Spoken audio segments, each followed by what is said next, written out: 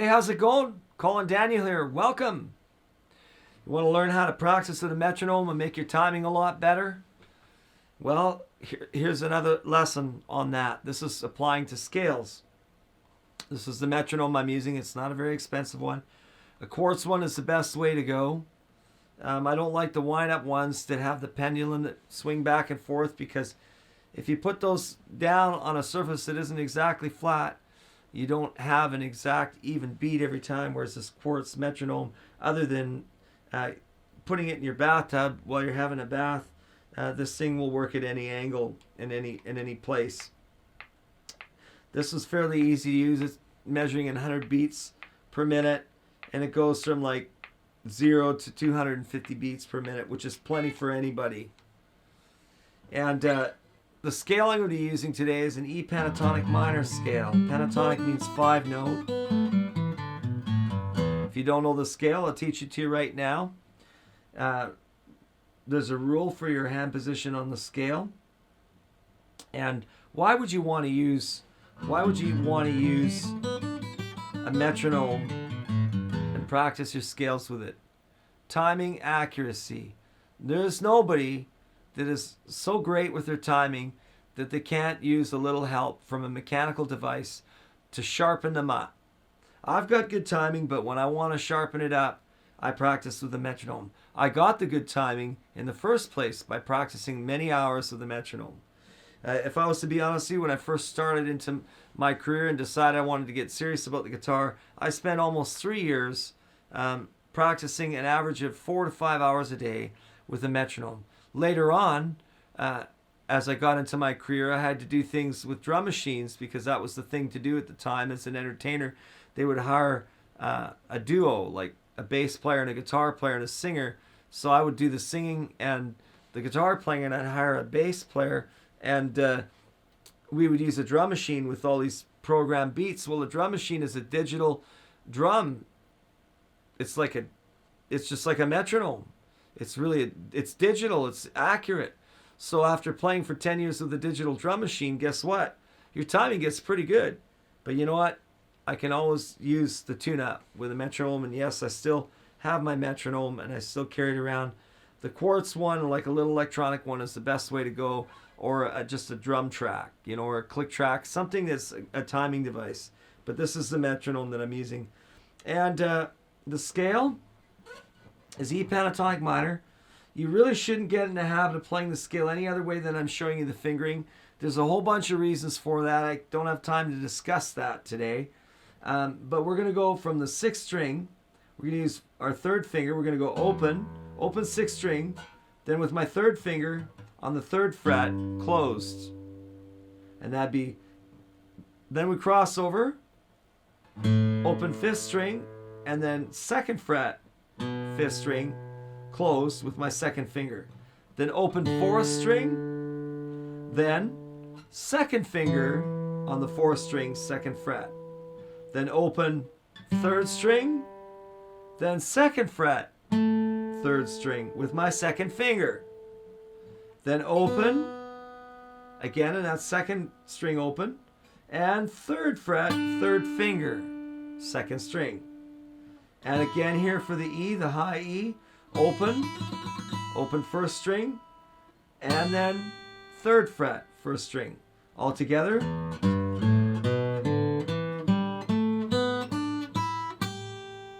That's your E pentatonic minor scale. And you can play it ascending and descending.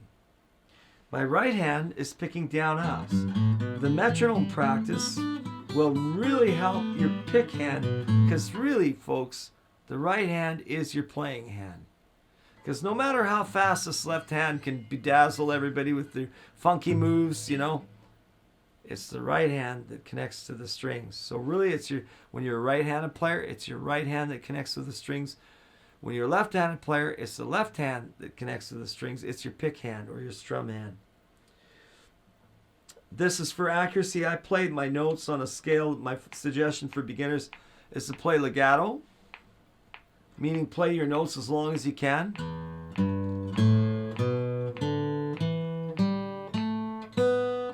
Not staccato, which means the notes would be short. like this. You want to hold on to the note for the full duration of the beat.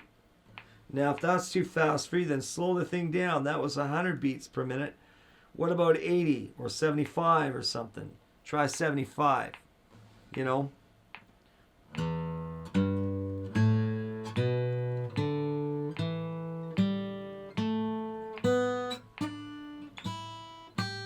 When you get up to the highest point on your scale, then you just go back down. So, you know, we'll go again. 1, 2, 3, 4. When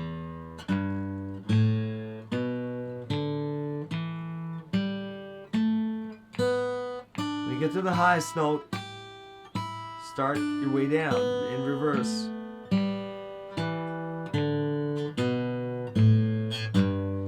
Now this is way too slow for me, but it's still good practice.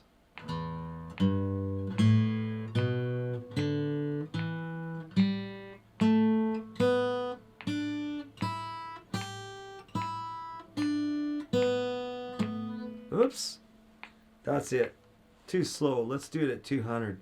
That's more my speed, 200. That's a good warm-up for me. So whether you're an experienced guitar player or you're just starting into it, you got to find a speed that's comfortable for you. It's actually harder to play the notes slower. There's 201, just for luck. 1 extra over 200. Yeah, that feels right for me. That's comfortable. It's not like pushing it, but it's keeping my fingers, it's keeping me thinking a bit. It's challenging me a bit, but not at the point to where I'm going to stumble. And that's how you decide on the speed that you're going to practice at. Why would you practice your scales? Well, boys and girls,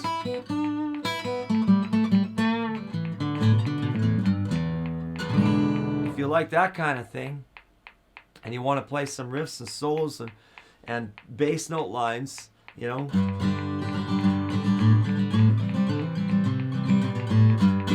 then you need to know your scales. It'll certainly, even if you don't want to shred or pick, flat pick, or do solos, it will definitely tune up your right hand and make your right hand much more accurate and better. You'll notice the whole time I was talking, I left the thing running because I wanted to kind of get my brain into the timing I'd chosen, which was 201 beats per minute. Of course, that's probably too fast for you because you're a beginner, so we'll go back to 100 is kind of in the middle there.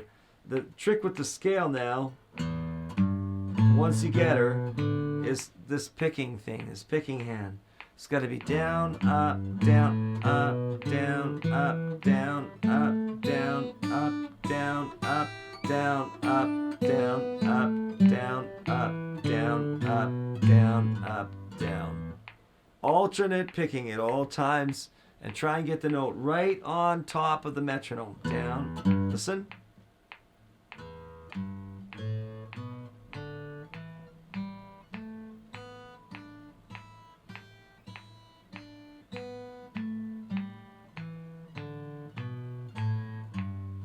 As close as you can on top of the beat. The downfall to a metronome is it's not super loud. Although this one's got a little earphone jack, but I've never used it because I would use my drum machine if I was practicing on an electric guitar and just set it to a real straightforward beat and then practice my guitar plugged in, because you need to practice if you're playing an electric guitar, you really need to practice it plugged in. Either way, the scale is your solo, and you'll want to practice that and get good at it.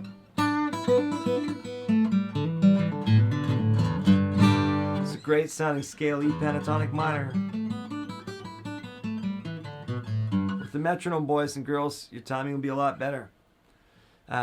If you're interested in what I'm teaching and what I'm doing today, I have a great new beginner's course out.